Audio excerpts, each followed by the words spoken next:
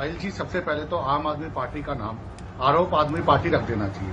जब से ये सत्ता में आए तब से आरोप ही तो लगाए रहे हैं। आप ये देखिए 27 बड़े लीडर, चाहे राहुल गांधी हो, चाहे सोनिया गांधी हो, चाहे रॉबर्ट वाड्रा हो, चाहे टाटा बिरला हो, चाहे अंबानी हो, चाहे अडानी हो, चाहे सलमान खुर्शीद हो, चाहे नितिन गडकरी हो, चाहे सतीश उपाध्याय हो, चाहे कोई भी हो, जितने भी बड़े लीडर्स हैं उनके किसी के भी खिलाफ ये कोर्ट में नहीं गए। अब बात करते हैं द्वारका एक्सप्रेसवे की। इन्होंने उस जांच को ढंग से नहीं पढ़ा।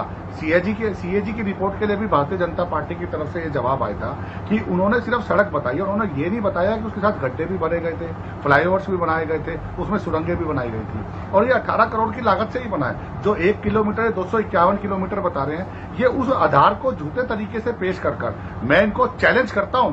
ये आम आदमी पार्टी के संजीव साहब बैठे हुए हैं कि ये कोर्ट में इस बात को लेकर जाएं और भारतीय जनता पार्टी के खिलाफ एक नहीं कम से कम 10 मुकदमे करें कि भारतीय जनता पार्टी कहती कुछ हो रहा है और करती कुछ हो रहा है। अब सीएजी की रिपोर्ट पे ही आ जाते हैं। सीएजी की रिपोर्ट की अगर इनको इतनी चिंता तो सबसे पहले अपने गिरेबान में जाके 1800 कॉलोनियों में से केवल 400 कॉलोनियों तक पानी पहुंचा पाए, जो 2017 तक पहुंचाना था। ये मैं नहीं कह रहा, ये सीएजी की रिपोर्ट ही कह रही है। दूसरी बात, वो डीटीसी बसों की जिसकी ये बात करते हैं, जिसमें सब्सिडी दे रहे हैं, 99% घाटे में चल रही है। ये मैं नहीं कह रहा, ये सीएजी की रिपोर्ट कह रही है। तीसरी बात, वही सीएजी की रिपोर्ट जो 58,000 नौकरियों देने की बात करती है, दिल्ली में केवल 550 लोगों को नौकरियां दी हैं, ये भी मैं नहीं कह रहा, ये सीएजी की रिपोर्ट कह रही है। चौथी बात, केवल रेवेन्यू डिपार्टमेंट को छोड़कर दिल्ली सरकार घाटे में, केवल रेवेन्यू को छोड़कर। और उसके अंदर भी देखिए दिल्ली पुलिस के अंदर ये फायदे में कहां है? सीएजी की रिपोर्ट को फायदे में क्यों दिखा रहे हैं? वो दिल्ली पुलिस फायदे में इसलिए है क्योंकि उसे सेंट्रल गवर्नमेंट सैलरी देता है, इसलिए दिल्ली का वो राजस्व फायदे में है। और एक बात,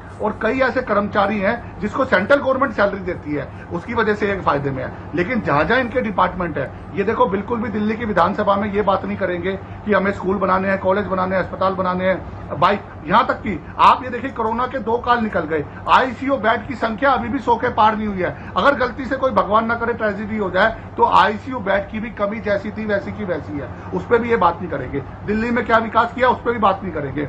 ये सिर्फ भारत की राजनीति करना चाहते हैं। इंडिया गठबंधन के साथ इन्होंने गठबंधन इसलिए किया, जो कल तक कट्टर बेईमान थे सब मिले हुए हैं जी, यही डायलॉग बोलते थे, आज हम भी मिल गए। आज ये उनका गठबंधन का सहारा क्यों ले रहे हैं? जिससे कि भारतीय जनता पार्टी और भारत के प्रधानमंत्री को टारगेट करना पड़े और ये साफ सुथरी छवि लेकर नीचे निकल जाए। लेकिन दिल्ली की जनता इन्हें देख रही है, जिस तरीके से झूठे वायदे करते आए हैं, स्कूल का हो, चाहे कॉलेज का हो, चाहे अस्पताल का हो, चाहे एम्बुलेंस का हो, चाहे नौकरियों का हो। क्या जीएसटी में इन्होंने रिबेट दे दी? क्या महंगाई का खत्म कर दी? ये एक के साथ 3 बोतल शराब देने वाली सरकार है जो शराब बंद करने आई थी। क्या शराब बंद करवा दी? क्या गुटखा बंद करवा दिया? बिल्कुल कोई काम नहीं किया। दिल्ली के विकास के ऊपर अगर इनसे बात की जाए तो 3 दिन का सदन था, सिर्फ 3 दिन का।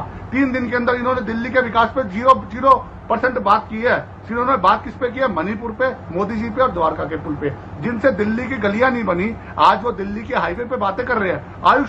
आयुष्मान के लिए उन्होंने सवाल उठाया। आपको पता है आयुष्मान सेवा में, दिल्ली सरकार को मैं बता देना चाहता हूं, आयुष्मान सेवा से 46 करोड़ लोगों का इलाज हुआ है प्राइवेट अस्पतालों में, सरकारी अस्पतालों में बहुत अच्छी सुविधा मिली है। वही सुविधा भारतीय जनता पार्टी को 2024 के वोटों में आपके सामने मिलेगी।